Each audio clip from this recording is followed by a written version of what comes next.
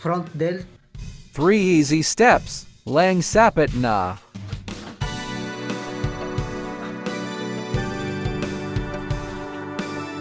Isa sa pinakamahirap na balaki niya.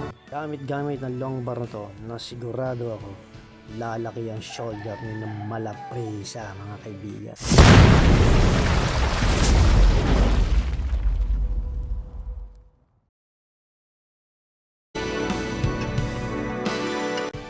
Hello, what's up mga kaibigan? Isa ka ba sa mga tulad ko na nahihirapan magpalaki ng shoulder? Tulad nito, yan. Shoulder presa. Tuturo ko sa inyo kung anong pinaka-best.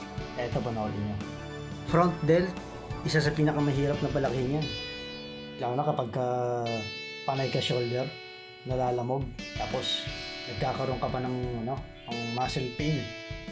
Lalo na kapag dumbbell or long bar, curl bar para sa shoulder. Hirap yan. Tulad ko rin yan. Nakaranas ako ng injury. Eto, mas maganda. Papakita ko sa inyo the best na program para maging presa, kagaya ni presa, shoulder presa. 3 easy steps lang ang mapapanood nyo sa videos kung saan mas pakipakinabang at saka hindi ka mahihirapan, promise. Unang step, yan. Taas, baba, baba, taas, yan. Tatlong set nyan.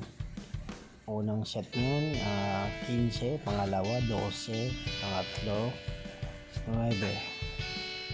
Concentrate dapat ang pagtaas at pagbaba, mga kaibigan. Pagkatapos, kaliwa naman. Same lang. Yan. Concentrated ang pagtaas at pagbaba. Kailangan tatamaan ang pinakaharap. Tingnan nyo mga kaibigan yung reaction. Bumukol. Second step, ito yung dumbbell front raise. Same lang ang gagawin nyo. Kailangan nyo patamaan ang pinakaharapan. 3 set yan siya, 15, 12 at 9. Same lang din. Concentrated din dapat mga kaibigan. Third step, same lang din mga kaibigan. Yan, ng set. 3 set, 15, 12, 8 or 9 repetition.